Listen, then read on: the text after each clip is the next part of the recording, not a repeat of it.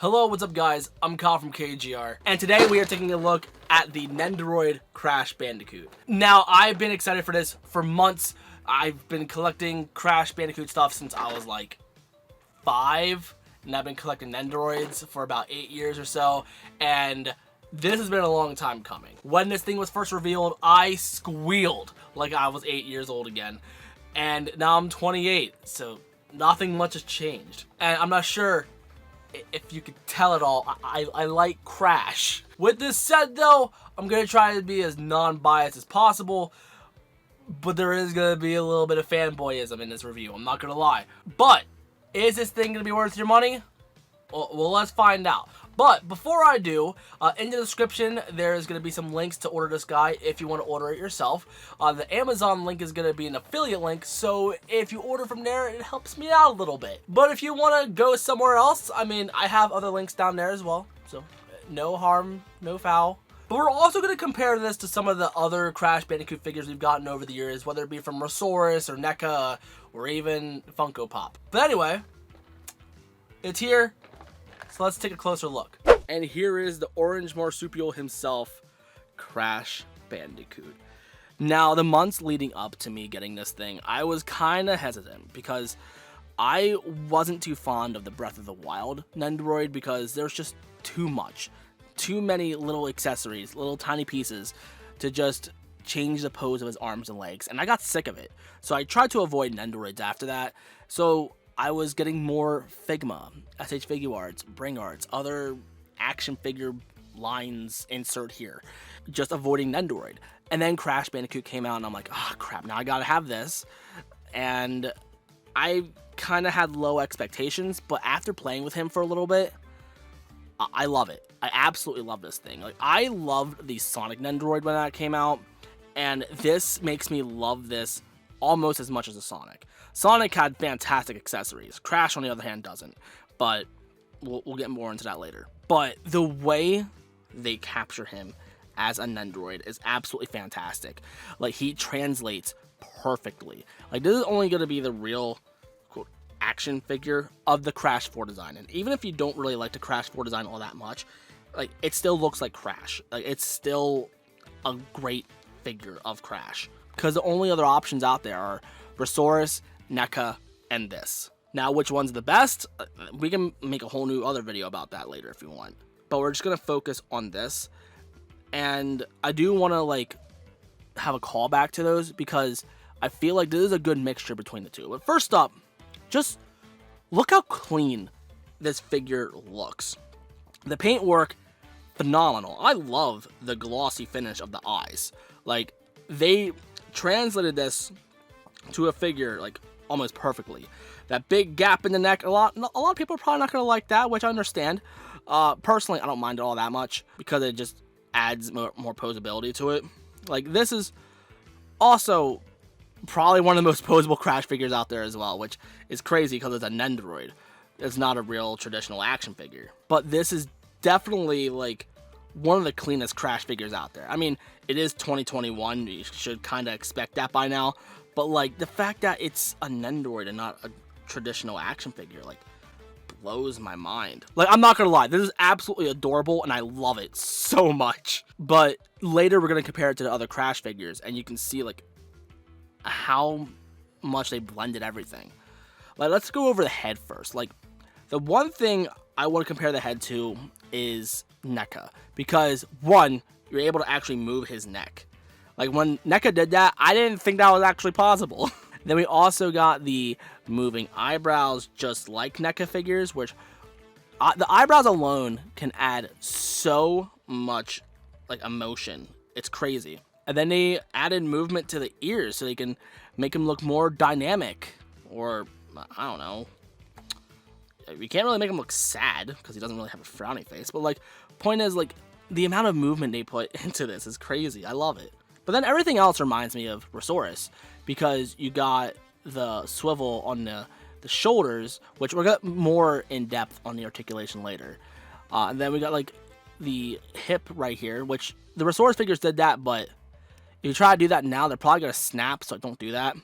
And then the later Resource figures, at least when it comes to the high-flying Crash, which is the one with the bazooka, And I think the one that was the motorcycle crash from Resource, but was like stupid rare, they had bendable knees and bendable elbows. This guy doesn't have bendable elbows, but we'll get more into that later.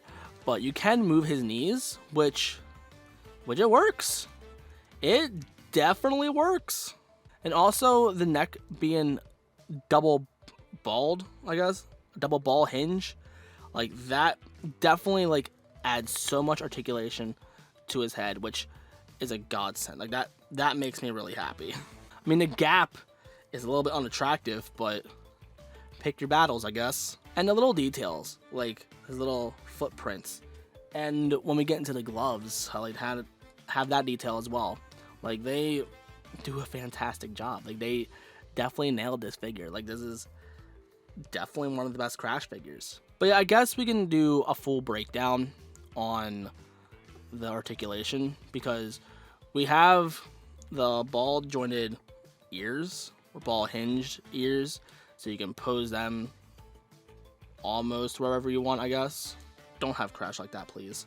Now, the eyebrows are on a ball peg, so like they pull out on a regular peg, which I'm not gonna lie, kind of scares me, because like what if he falls and that peg snaps? Like, getting that peg out of his eye is gonna be the biggest nightmare. Which I kind of just wish they had just a ball on top of his eyebrow, so you can move these wherever you want without the possibility of these snapping. I think that was just bad design, personally. And then the double ball hinged neck, like I mentioned earlier, which looks like it's already trying to come apart. Which, thankfully, if this does come apart, they do supply you with another one, so you can move that down about that far. You can move it back up that high. Again, it looks super unattractive, but you can do that. It's only meant for like if you want to make him look up, and you're looking at him from up, I guess. I don't know.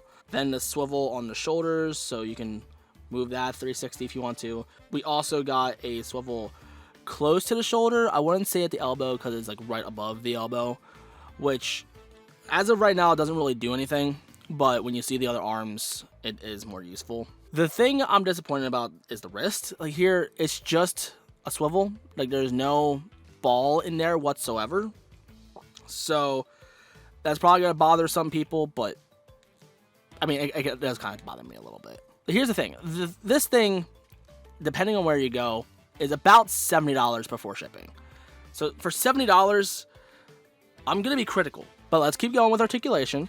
We got a swivel on the hips, or the waist, and then when it comes to the hips, it's kind of like the NECA, where the butt doesn't let his leg go back that much, but it does look like you get more movement than what the NECA did. And then you got your knee to support the rest of it, so you got that 90-degree bend at the knee. And then if you want to move the leg forward, you do get plenty of movement in there as well, which is honestly better than what the NECA did. It looks like the ankle is on a ball peg as well. And then we get that toe bend, which you can make that move forward or back, which is kind of weird, but moving it up scares me. Oh, that happened. But don't worry, it's not broken. You just gotta slide it back in. But there you go. You do get some toe bend. Not a lot, but you get some toe bend. But it's sad to think that this is technically the most articulated Crash figure we've had in a while. I mean, NECA was really articulated, but it definitely had its problems. But Crash does come with quite a few accessories. For example, you can take out his tongue and swap it out for a completely different one. So you can swap out this extended tongue. And then you got this much smaller one that just snaps right in here, which, to be honest, looks a little bit better. Like that's more my style. I like that kind of mouth. But if you want the tongue out, then more power to you. But Crash definitely has a lot more face options. For example, we have a whole another face to swap with, and that is just his regular smiley face. And also, he has a whole nother set of eyes. After playing with a bunch of other figures that had swappable eyes, like, it makes me want more swappable eyes in more figures, which it definitely looks good on Crash. So the way, if you want to swap out Crash's face or eyes, we're just going to do both for this example. We are going to pull off his face. I recommend grabbing from the ears and then pulling from his cheeks. And then the eyes, you just simply just push them through and they pop out. When you first do it, it's going to be a little bit more difficult, but after a first push, it's fine. And this might look terrifying to you. Also, we got to take off his eyebrows, which when you first do it, it's going to be a little bit nerve-wracking because they're really tight in there, but after a while, they become a little bit looser. And you also take off his nose. So this, a little bit annoying, I'm not going to lie. Then, we're going to pop out these eyes, because I don't want these eyes. I want Crash to look up. So, we're going to slide one eye in, and then we're going to pop in the other ones. And they seem to be like hit and miss when it comes to fitting in. Like, sometimes they feel pretty tight, but if you accidentally touch the eye on the other side, I feel like they pop out very easily. But like, once you get the face onto Crash's head, you don't have to worry about the eyes popping out. I have a figure where you do swap the eyes, and even if you have it in the head, the eyes still can like slide out from behind, and it's the most annoying thing. So we're gonna put these eyebrows on.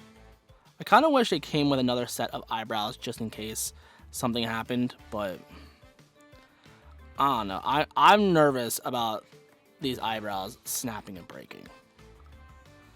And then I would recommend holding from the nose and then the ears and just pushing. There you go. Oh, we're not fully in. There we go. Much better. And there is your whole another Crash face. And now we have a determined Crash Bandicoot. At first I was kind of hit and miss on this smile, but you technically do see this smile a lot in the game, so like, it works. And Crash also comes with whole separate arms, which are separated into 3 different pieces. We got different shoulders, so they extend out more. We have the bent elbow, as well as the hand, which is just open glove, which I love the attention to detail in there. Which, my biggest issue with the NECA Crash was the fact that you couldn't swap out his hands or anything. Even though it's technically possible, like, they never made closed fists for that Crash, and it bothered me like crazy. So the fact that we have this here is nice. But popping things out is real easy. Like, when you break it all down, like, let's say we have a hand. Then we have the arm. Suppose you have everything all mixed up and you're like freaking out, like, oh, I don't know what to do. Well, I don't know which one goes which. Thankfully, oh, Crash fell over. Anyway, so these are marked. So this says R2. It's not telling you to press a button on a PlayStation controller, but it is telling you that this is the right arm. So his right, not your right. So it would go right here, right there. There we go. And then this is just a second version of the arm. So like, this is the first one, the second one. So if we pop this off and we peg this in, then you can see that Crash has his arm extended out, whether it be having this arm in right here, or if you want him to have the bent elbow. And then you can have him either have the open palm or the closed fist. Which I feel like if you're actually going to be playing with this thing, this may get annoying. But if you plan on just having him on your desk or shelf and you just want to just mess around with him and then just put him in different poses every once in a while, it is time consuming, but it does look good though. And these things do stay in tight. Like, you can hear them snap in place. Like, I'm not sure how well you hear it on camera, but when you actually mess with it yourself, you do hear the snaps, and it's really nice. In fact, I love making Crash look like he's running. So we're gonna put on the regular shoulder, put on the bent elbow, and then we're gonna swap out this arm for the bent one as well.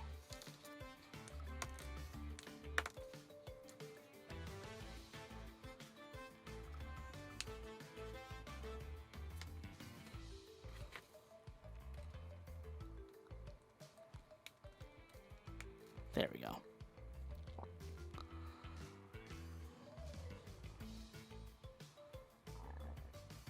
So then we're going to have his arm bend that way.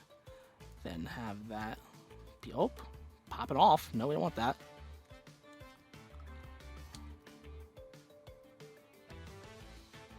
All right, that looks good. That pointing that way. Then, oh, there we go. Then have him going that way. Yeah, look at that running Crash. Yeah. Speed running Bandicoot. Yeah. But that's not it for accessories, though. We also do have the main homeboy himself, Aku Aku. Which, Aku Aku, I got a few things to say about this, okay? So, it looks good. The sculpt work is fantastic. It's not accurate to Crash 4 at all. Like, this looks more like the one from Insane Trilogy. So if it's trying to go for points for trying to look like the Crash 4 Crash, it's not doing a good job of that. The paint work, I mean, what they painted looks nice. I wish they would have done a better job painting this. Like, kind of wish the lips and the eyebrows had a little bit of color as well, but... And this... on camera, it kind of looks like a bright yellow, but it's not a bright yellow. The point is, like, I feel like this tone of yellow looks weird. I mean, again, it looks fine, but again, if you're paying for a $70 figure, I'm gonna nitpick. Like, I wish Aku Aku looked better. Like, I wish the paint was right. I wish, like, they painted this properly. And I wish it looked more like the Crash 4 Crash. Like, don't get me wrong, I like it, but I don't think it's worth the $70. And also, putting this on Crash is actually really kind of easy. So you take off Crash's nose, and then you just peg this onto his nose, and then bam, you have a covered Bandicoot, I guess. And now he's running into enemies because you know he's not gonna get hurt. I mean, it looks good. I mean, I wish it looked better painted on his face, but like, from the little paint they did do, they did a good job. Okay, personally, I prefer this pose for Crash, but let's show off some more accessories. Like I said earlier, we also got an extra double ball pegged neck in case yours snaps for some reason, so that's nice. And then we also got two Nendoroid stands, one for Crash and one for Aku Aku. Personally, I actually like using a Figma stand for Aku Aku, so it's actually raised higher than Crash. And they also fit into these Nendoroid stands just fine, which is really nice.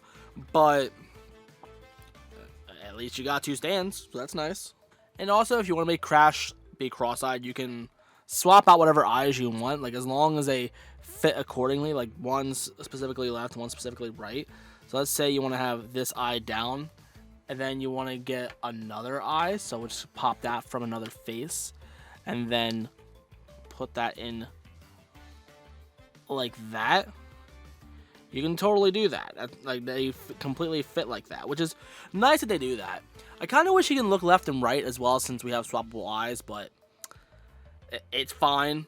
I think a lot of the cost for this figure is just in the figure's overall design, because this is the most unique Crash figure that we've gotten, or not just Crash figure, the most unique Nendoroid we've gotten, because of the fact of the double jointed neck and just this overall shape. Like, this is not the first figure to have like bendable knees or anything, but like, this is a very unique sculpt for a Nendoroid, so a lot of R&D had to go into this, I guess. But I kind of wish he came with more, though. I kind of wish he came with a Wampa fruit, maybe a crate or two, or anything else. Which, the accessories that we got were great, but I don't think it's $70 great. Maybe like 50, 60 might be pushing it a little bit, but 70? I don't know. But I think it is time to finally do a comparison to some of the other Crash Bandicoot figures that we've gotten out there. The first thing I want to compare are the Resource figures, which these are the first ones that I've had since I was a kid, so it's fun to compare them with this. The Nendoroid is a little bit shorter, but if you want to pair this next to them, I mean, he'll look alright, I guess. They definitely look completely different because of the different standards that we had back then. Like, these Resource Crash figures were only like $6 a piece. Like, apparently they were $5 according to my mother, who bought me these multiple times as a child. But let's just say after tax it was no more than $7. This in the middle is 10 times more than that, so keep that in mind.